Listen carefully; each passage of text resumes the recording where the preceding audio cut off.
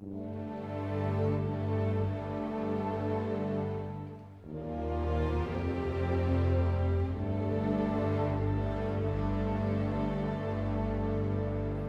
took a germ of an idea and stuck with it, and did the very careful groundwork that resulted in the Alberta Heritage Foundation for Medical Research, which Mike Smith has characterized as a national treasure, a treasure for all Canadians and indeed people throughout the world.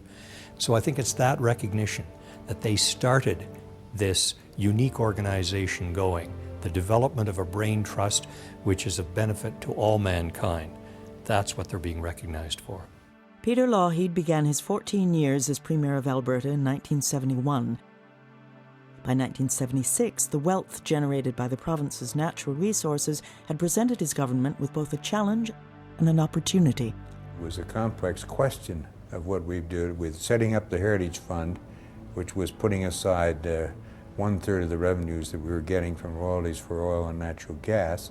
That was something we could see. We wanted a savings fund, and the public were very supportive of it in 1976. But then what to do with it, having established it. And we talked a lot about various alternatives, and it seemed to us in the cabinet that it would be wise to set up an endowment for research, because as a resource-producing area, we wanted a balance by way of diversification, a knowledge-based economy. The question was how to do it. For answers, they turned to the province's most experienced medical administrator, Dr. Jack Bradley. For us, he was the perfect advisor for what was a very important decision by a group of people who, as I say, were not very technical, not very scientific, and certainly not very much inclined to research. We needed Dr. Bradley. He was an essential part of the process. Jack was the, if you like, the doer. He was the one that beavered away vigorously, used all the skills that he developed in a lifetime in medicine and in medical administration to probe the best across the world to find out how you did this. What was the best way to set this up? And he went all over the place and talked to all sorts of people in developing ideas and in developing the model of the foundation. So that Jack, if you like, laid the blueprint out. He was the draftsperson for those early days of the foundation. From the beginning, the job was about far more than research and organizational development. Dr. Bradley had to be a diplomat as well, building relationships with universities and the research community. I remember at one time I had about 5, what I would call big wheels. And you got to them, you spoke with them, and they were all very happy to cooperate. And part of this, of course, was Peter Lougheed. He was willing to, at that time, to use money.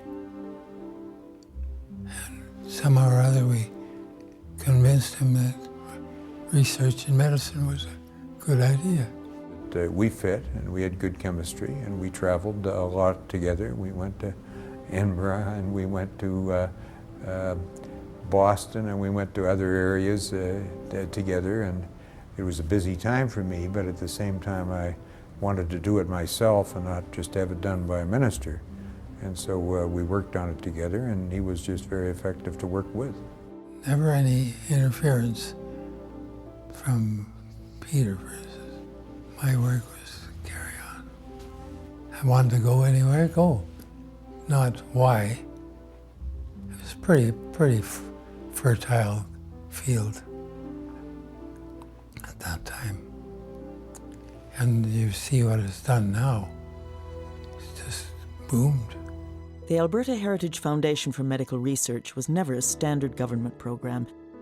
Mr. Lougheed and Dr. Bradley knew that successful medical research needs long-term commitment, so the foundation was designed to be independent of changes in government policy. And that's why we went the endowment route rather than the annual allotment of funds.